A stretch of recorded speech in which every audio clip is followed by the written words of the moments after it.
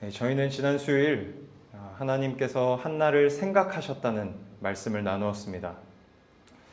하나님께서 한나를 생각하셨다는 것은 한나를 귀하게 여기셨다는 것과 같은 말입니다. 한나를 귀하게 여기셨다는 것은 곧 이스라엘을 귀하게 여기셨다는 것과 같은 의미입니다. 이 사사시대의 이스라엘은 사랑할 만한 조건이 전혀 없는 자들이었습니다. 종교적으로, 도덕적으로 심각하게 타락했었던 시대가 이 한나가 살던 사사 시대입니다. 그런데 그렇게 타락한 자들도 하나님께서 여전히 사랑하신다고 말씀하신 것입니다. 여전히 귀하게 여긴다고 말씀하신 것입니다. 이스라엘을 귀하게 여기셨던 하나님은 오늘 저희들도 귀하게 여기십니다. 얼마나 귀하게 여기시냐면 자신의 하나밖에 없는 아들 예수 그리스도를 주실 만큼 귀하게 여기십니다. 그런데 저희는 어떻습니까? 나를 귀하게 여기지 않습니다. 나를 귀하게 여기지 않는다는 말은 단지 나를 사랑하지 않는다, 그런 차원의 말이 아닙니다. 내가 있어야 할 자리가 어디인지를 모른다는 거예요. 하나님께서는 인간을 하나님보다 조금 못하게 창조하시고 하나님께서 창조하신 만물을 다스리는 자로 부르셨습니다. 하나님이 가장 귀하시고 그 다음이 인간이고 그 다음이 만물인 거예요. 그런데 인간은 가장 귀하신 하나님을 버리고 가장 귀하지 않은 만물을 추구하며 살아갑니다. 만물보다 인간 자신을 밑에다 두는 거예요. 신자는 인간이 하나님보다 조금 못한 자이며 만물보다 뛰어난 자라는 것을 기억하면서 만물로서 나와 내 인생의 귀함을 결정하지 말아야 합니다. 신자임에도 불구하고 하나님의 창조 질서를 알매도 불구하고 만물을 지나치게 추구하며 살아가는 것은 부끄러운 것이라는 사실을 알아야 합니다. 자랑스럽지 못하고 영광스럽지 못하다는 것을 알아야 합니다. 우리가 얼마나 귀한 자인지를 늘 기억하실 수 있기를 축복합니다. 오늘 저희가 함께 읽은 본문은 자식을 낳지 못하던 한나가 마침내 사무엘이라는 아들을 낳고 하나님께 찬송을 올려드리는 장면입니다. 먼저 오늘 본문 1절 상반절에서 한나가 이렇게 찬송하고 있습니다.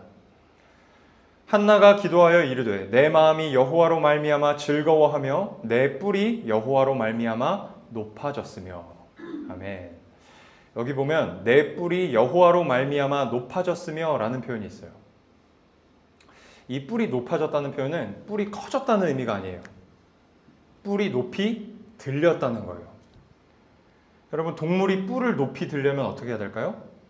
얼굴을 들어야 돼요. 그래서 이런 의미를 세번역 성경이 잘 담아내고 있습니다. 제가 읽어드리겠습니다. 이제 나는 주님 앞에서 얼굴을 들 수 있습니다. 이렇게 번역을 하고 있어요. 세번역 성경은.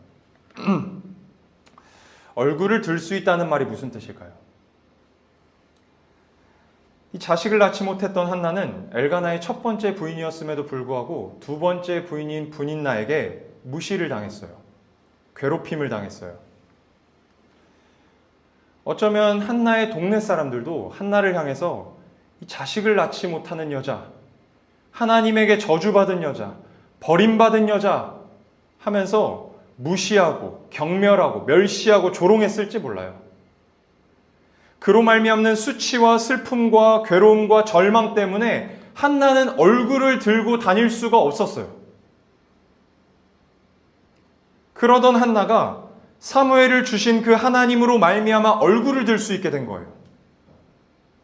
수치와 슬픔과 괴로움과 절망에서 벗어나게 된 것입니다.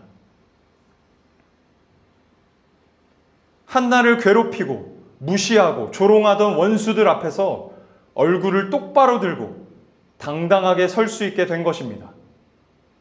그렇게 해주신 하나님께 감사의 찬송을 올려드리고 있는 것입니다.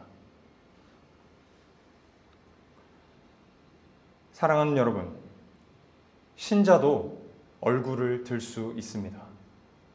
요한복음 19장 30절입니다. 예수께서 신 포도주를 받으신 후에 이르시되 다 이루었다 하시고 머리를 숙이니 영혼이 떠나가시니라. 아멘. 하나님이신 예수님께서는 머리를 숙이실 분이 아니십니다. 가장 존귀하고 위대하신 분이시기 때문입니다. 그렇게 존귀하고 위대하신 예수님께서 머리를 숙이셨어요. 하나님 앞에서 얼굴을 들지 못하는 죄인 된 우리를 구원하시기 위해, 죄로 말미암는 수치와 슬픔과 괴로움과 절망에 빠져있는 우리의 얼굴을 드시기 위해, 우리를 존귀한 자로 다시 회복시키시기 위해 우리를 대신하여서 머리를 숙이시고 십자가에서 죽으셨습니다. 히브리서 4장 16절에서 기자가 이렇게 선포합니다. 그러므로 우리는 긍휼하심을 받고 때를 따라 돕는 은혜를 얻기 위하여 은혜의 보좌 앞에 담대히 나아갈 것이니라. 예수 그리스도를 믿음으로 말미암아 구원받은 신자는 얼굴을 들고 당당히 하나님 앞에 나아갈 수 있습니다. 하나님 앞에서 당당할 수 있는 특권을 받았습니다. 우리가 잘나서가 아니라 예수 그리스도의 공로 때문입니다. 그런데 안타깝게도 하나님을 향해 얼굴을 들지 못하는 신자들이 얼마나 많은지 모릅니다. 물론 하나님 앞에서 자신의 죄를 내려놓고 회개할 때에는 얼굴을 숙여야 합니다. 하나님 앞에 엎드려야 합니다. 겸손해야 합니다. 그러나 예수 그리스도의 공로를 힘입어 진심으로 회개했다면 다시 얼굴을 들어야 합니다. 그런데 들지 못하는 것이죠. 예수님께서 죄의 문제를 다 해결하여 주셨음에도 불구하고 여전히 죄 짓는 자신의 모습을 보면서 그 사실을 믿지 못하고 얼굴을 들지 못하는 것입니다. 이렇게 우리가 믿음을 갖지 못할 때, 예수 그리스도를 믿지 못할 때 동시에 역사하는 자가 있어요. 우리의 원수 사단입니다. 요한계시록 12장 10절에 보면 이렇게 기록되어 있어요. 밤낮으로 우리 형제들을 참소하던 자, 곧 우리 하나님 앞에서 그들을 참소하던 자가 쫓겨났고. 여러분, 사단은 참소하는 자입니다. 정죄하는 자예요. 너 또 죄 지었다. 너는 하나님 앞에 얼굴을 들 자격이 없다. 네가 그러고도 신자라고 할 수 있냐라고 하면서 예수 그리스도를 믿음으로 말미암아 벗은 수치와 슬픔과 좌절과 절망에 다시 빠뜨리려고 해요. 그러한 자가 사단이에요. 다시 얼굴을 숙이게 만들려고 합니다. 능력 없는 그리스도인으로 만들려는 거예요. 안타깝게도 믿음 없음과 그 사단의 정죄 가운데 빠져서 얼굴을 숙이고 사는 신자들이 얼마나 많은지 몰라요. 하나님 앞에서 고개를 들지 못하는 신자들이 많이 있습니다. 사랑하는 여러분, 신자는 더 이상 정죄받지 않습니다. 로마서 8장 1절에 바울이 이렇게 선언해요. 그러므로 이제 그리스도 예수 안에 있는 자에게는 결코 정죄함이 없나니. 원수 사단의 참소, 정죄는 효력 없는 것입니다. 효력을 잃은 것입니다. 왜냐하면 우리의 얼굴을 들어주시기 위해 예수 그리스도께서 대신 얼굴을 숙이셨기 때문입니다.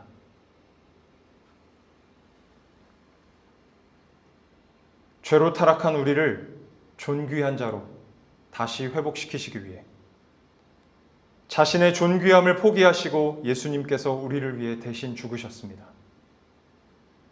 예수님의 죽음으로 우리는 존귀한 자가 되었습니다. 하나님 앞에서 당당히 얼굴을 들 수 있는 자가 되었습니다. 이 사실을 믿고 언제나 담대하게 신앙생활 하실 수 있기를 축복합니다. 계속해서 오늘 본문 1절 다시 한번 제가 읽도록 하겠습니다. 한나가 기도하여 이르되 내 마음이 여호와로 말미암아 즐거워하며 내 뿔이 여호와로 말미암아 높아졌으며 내 입이 내 원수들을 향하여 크게 열렸으니 이는 내가 주의 구원으로 말미암아 기뻐함이니이다. 아멘. 내 뿔이 높아졌다고 고백한 한나는 계속해서 자신의 입이 원수들을 향해 크게 열렸다고 고백합니다. 이 입이 크게 열렸다는 말은 한나가 크게 웃었다는 것을 뜻함과 동시에 더 이상 원수들 앞에서 침묵하지 않았다는 것을 뜻해요. 실제로 사무엘상 1장에 보면 브닛나가 한나를 격분시킵니다. 괴롭혀요. 그럴 때 한나는 아무 반응도 하지 못했어요. 그저 울었고 먹지 못했어요. 그런데 이제는 사무엘을 주신 그 하나님으로 말미암아 입을 크게 열 수 있게 된 것입니다. 자신을 향해 하나님께 저주받은 여자라고, 버림받은 여자라고 손가락질하던 자들에게 자신은 결코 버림받은 여자가 아니라고 당당하게 말할 수 있게 된 것입니다. 사랑하는 여러분, 신자도 입을 열 수 있습니다. 이사야 53장 7절에 보면 이렇게 기록되어 있어요.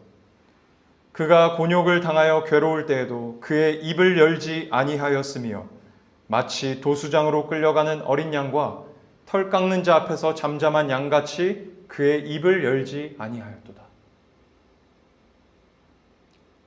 지금 이사야 선지자가 예언하고 있는 이 입을 열지 않는 메시아는 예수 그리스도 안에서 온전히 성취되었어요. 마가복음 14장 60절에서 61절 말씀입니다. 대제사장이 가운데 일어서서 예수에게 물어 이르되 너는 아무 대답도 없느냐? 이 사람들이 너를 치는 증거가 어떠하냐 하되 침묵하고 아무 대답도 아니하시거늘 대제사장이 다시 물어 이르되 네가 찬송받을 이의 아들 그리스도냐? 아멘. 예수님께서는 자신을 모함하여 죽이려고 하는 자들 앞에서 침묵하셨습니다. 왜 예수님께서 침묵하셨을까요? 왜 입을 열지 않으셨을까요? 하나님이신 예수님께서 말씀하시면 아무리 완악한 자도 다 설득하실 수 있습니다. 그러나 예수님은 그러지 않으셨어요. 입을 열지 않으셨습니다. 입을 열지 않으시고 순순히 끌려가 죽으셨어요.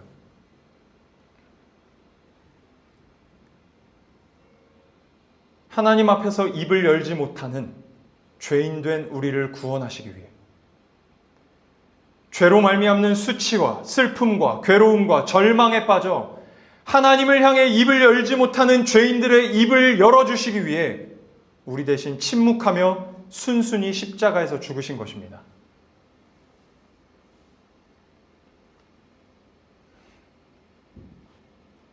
신자는 예수 그리스도로 말미암아 하나님을 향해 입을 열 수 있게 되었습니다.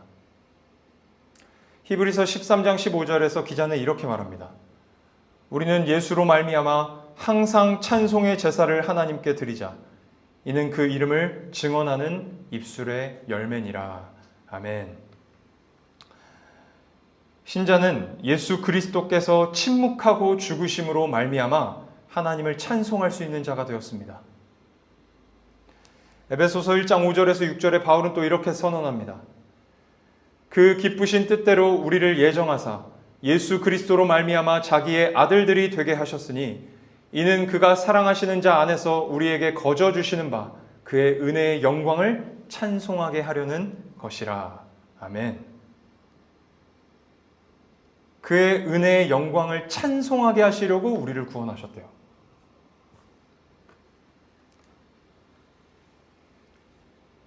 그러므로 우리 신자들의 입술에는 험한 말이 아니라 불평과 불만하는 말이 아니라 하나님을 향한 찬송이 가득해야 합니다. 야고보서 3장 10절에서 10절에 야고보가 이렇게 말합니다. 한 입에서 찬송과 저주가 나오는도다. 내 형제들아 이것이 마땅하지 아니하니라. 샘이 한 구멍으로 어찌 단물과 쓴물을 내겠느냐. 예수님께서 열어주신 이 귀한 입이 하나님을 찬양하는 거룩한 목적으로 더 많이 쓰일 수 있기를 축복합니다. 그런가 하면 사도행전 4장 20절에서 베드로와 요한은 또 이렇게 고백합니다. 우리는 보고 들은 것을 말하지 아니할 수 없다 하니.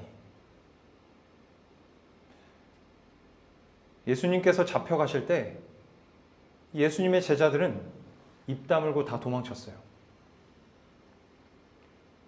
그랬던 제자들이 예수님의 부활을 목격하고 복음을 증거하는 자들로 다시 태어난 것입니다. 예수님께서 침묵하지 않으셨다면, 순순히 죽지 않으셨다면, 그로 인한 부활이 없었다면 사도행전은 기록되지 않았을 거예요. 신자는 예수 그리스도로 말미암아, 그 예수 그리스도의 침묵으로 말미암아 복음을 전할 수 있는 자가 되었습니다. 베드로전서 2장 9절에서 사도 베드로는 이렇게 말합니다. 너희는 택하신 족속이요 왕 같은 제사장들이요 거룩한 나라요 그의 소유가 된 백성이니 이는 너희를 어두운 데서 불러내어 그의 기이한 빛에 들어가게 하신 이의 아름다운 덕을 선포하게 하려 하심이라. 아멘. 사도 베드로가 하나님께서 우리를 어두운 데서 불러내신 이유가 무엇이라고 지금 설명하고 있습니까?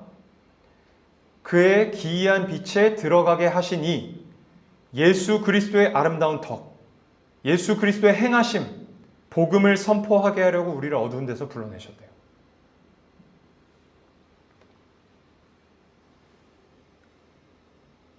그러므로 신자는 할 수 있는 대로 복음을 전하는 데 하나님께서 열어주신 입을 사용해야 합니다.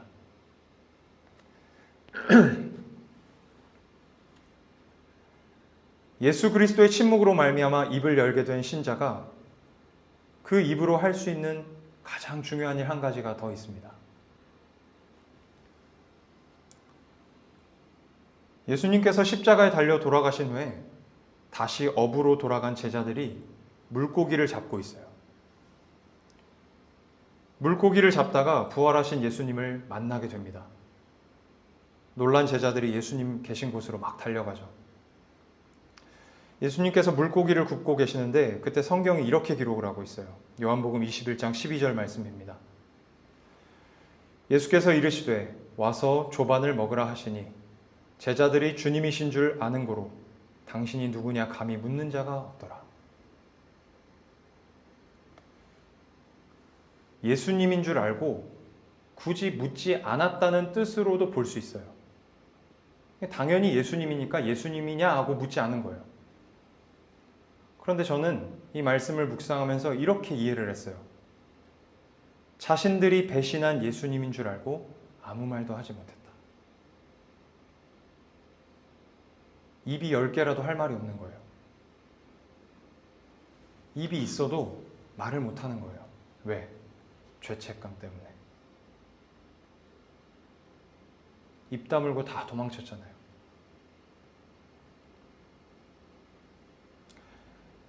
그리고 이어지는 장면을 보면 예수님께서 베드로에게 이렇게 물으시죠. 요한의 아들 시몬아, 네가 나를 사랑하느냐?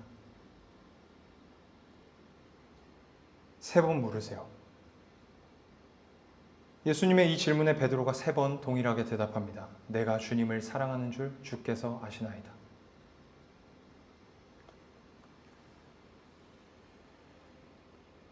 주님을 모른다고 3번 부인했던 베드로. 그래서 부활하신 예수님을 보고도 죄책감 때문에 아무 말도 하지 못했던 베드로. 심지어 예수님께 가까이 다가오지도 못했던 베드로가 다시 주님께 입을 열 수 있도록, 주님 모른다고 부인했던 것을 회개할 수 있도록 죽으시고 부활하신 주님께서 은혜를 베풀어 주신 것입니다.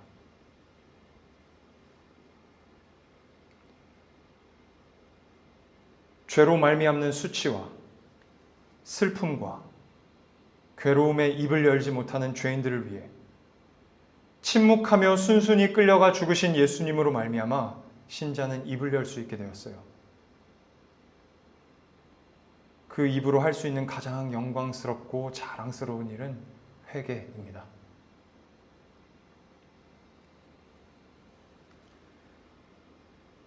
오늘도 원수된 사단은 우리를 정죄할 거예요. 너 죄지었다.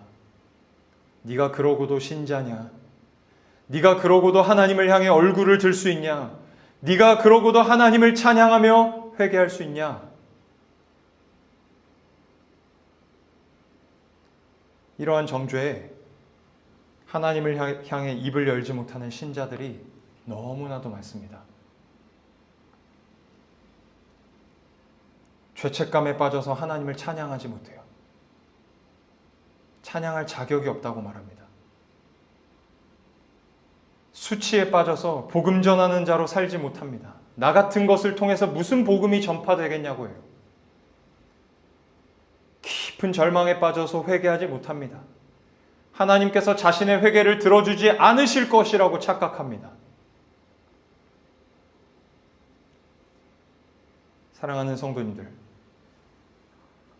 사단의 음성에 귀 기울이지 마십시오.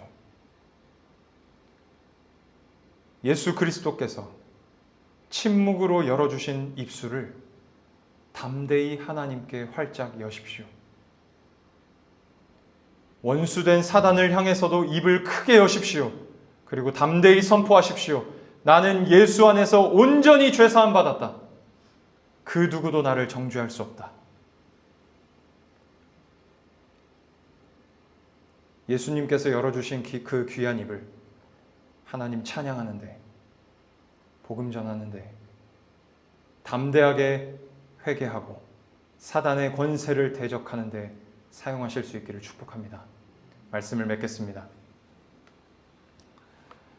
신자는 예수 그리스도로 말미암아 하나님을 향해 당당히 얼굴을 들 수 있는 자가 되었습니다. 또한 입을 열어서 하나님을 찬양하고 복음을 전하며 회개할 수 있는 자가 되었습니다. 하나님 앞에서 고개 숙이지 마십시오. 입 다물고 있지 마십시오. 부끄러워하지 마십시오. 당당하십시오. 예수 안에서 언제나 담대하십시오. 그럴 수 있는 자격과 특권을 예수 안에서 받은 자가 우리 신자들입니다. 기도하겠습니다.